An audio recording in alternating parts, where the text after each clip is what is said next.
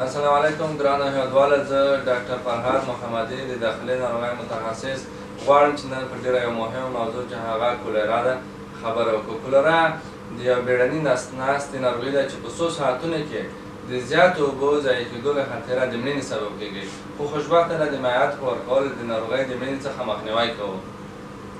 کولرا یو د ویبر کولرا په واسطه باندې چې یو ګرام منفي بسیطه رامنځته کېږي.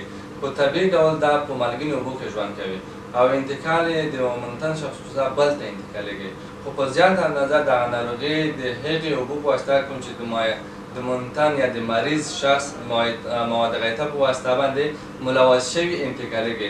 غذایي مواد هم د کولرا ناروغي انتقالولی شي. په مجموع کې بکتریا د کولرا بکتریا چې ده د 14 ورځو پورې په غذایي موادو کې ژوندی پاتې کېدلی شي. هغه مریضان ډېر ورته مساعد دي کوم چې د اچ پایلوري ولري یا د معدې اسیدو کموالی ولري او یا هم د صفر ګروپ وینه ولري. په دې کې د کولرا ناروغۍ شدت هم زیاته او وخیم حالت هم رامنځته کولی شي. کولرا چې کله وجود ته داخل شوه کوم تغیرات رامنځته کوي؟ کولرا ناروغي په وجود د کولمو په لومین کې د یو قوي ټوکسین د افراز سبب کېږي. دغه ټوکسین په کولمو کې د سودیم دوباره جذب څخه مخنیوی کوي او کلور افرازوي چې د کولمو په لومین کې سودیم کلورایډ سویا پورته وړي او دا په طبیعي ډول باندې د وجود د حجرات څخه اوبه راکش کوي او په هر ډول د یو شدید نسناتي سبب کېږي چې د زیاتو اوبو د ضایع کېدو له خطره د مړینې سبب کېږي. کولرا ناروغۍ کوم کلینیک ورکوي، کوم راز علایم ورکوي، څنګه موږ تاسو پوهېږو چې دا به شاید یو کولرا ناروغي وي یا به مریض مشکوک کولرا دی. کولرا ناروغي چې په یو ناڅاپي ډول باندې د هر نسناسي سبب کېږي چې مواد غیطه رنګ په دې کې بې بویه، خړ او لکه رایس واټر د وریژو د اوبو په شکل لکه وریژې په اوبو کې مینځل شوي د وریژې د اوبو په شکل باندې رنګ اختیاروي. له هغې نه وروسته مریض ته زړه بدوالی، استفراقات، د عضلاتو دردونه، د زیاتو اوبو د ضایع کولو له خطره مریض یو ګنګسیت حالت پیدا کوي، فشار ټیټوالی، زړه ټکان، د خولې وچوالی، د سترګو غورځېدل، دا شدید علایم دي. مریض چې کله یو مشکوکو کولرا ده چې دا به کولرا وي، د دغې مریضانو د غیطه مواد سیمپل اخلو، عاجل مریضانو ته لابراتوار ته لیږو څو تشخیص شي.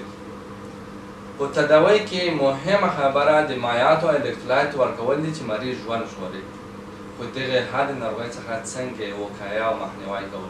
د پاکو اوبو استعمالول، د مریض یا د ممتن شخص د غیطه مواد په صحي یا روغتیایي ډول باندې ځای په ځای کول او همدارنګه همته مریضانو ته د غذایي موادو یو قوي او ښه نظارت کول. که چېرته هغه مریضان چې کولرا ته مشکوک وي که دوی خپل مواد غیطه په صحیح ځای کې جای په جای نه کړي او په ازادانه ډول باندې د خپل حاجت رفع کړي، نو دا سبب په جامعه کې د انتان د انتشار او په قتلوي ډول باندې د ولسوالۍ خلک د دې ناروغۍ په واسطه نیولی کېږي چې د زیاتې مړینه همدې د زیاتو مایعاتو ضایع کولو خطر رامنځته کېږي. نو دې مرضۍ د مخنیوي لپاره یوازینی د اوبو سیستم، پاک اوبه استعمالول، لاسونو مینځل، د ممتن څخه د غیطه موادو په صحي طریقه باندې ځای په ځای کول او غذایي موادو حفظ الصحه ساتل. ستاسو د ښه روغتیا